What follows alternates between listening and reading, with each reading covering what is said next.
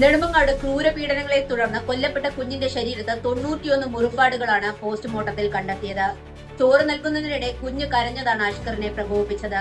തുടർന്ന് കുഞ്ഞിന്റെ തല ഭിത്തിയിൽ ഇടിപ്പിക്കുകയും നെഞ്ച് താഞ്ഞു ചവിട്ടുകയും ചെയ്തെന്ന് അഷ്കർ പോലീസിന് മൊഴി നൽകി. ഈ ക്രൂരതകൾക്കെല്ലാം കുഞ്ഞിന്റെ അമ്മ മൂകസാക്ഷിയായിരുന്നു.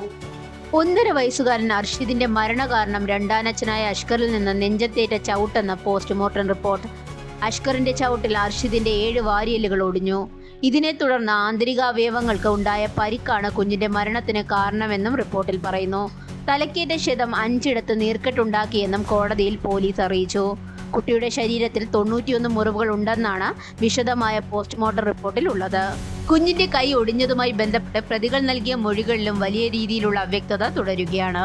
പടിയിൽ നിന്ന് വീണപ്പോഴാണ് കൈ ഒടിഞ്ഞതെന്നാണ് പ്രതികൾ പോലീസിനോട് പറഞ്ഞതെങ്കിലും ഇതിൽ കടുത്ത ദുരൂഹതയുണ്ടെന്നും സംഭവത്തിൽ കൂടുതൽ അന്വേഷണം നടത്തുമെന്നും പോലീസ് വൃത്തങ്ങൾ അറിയിച്ചു.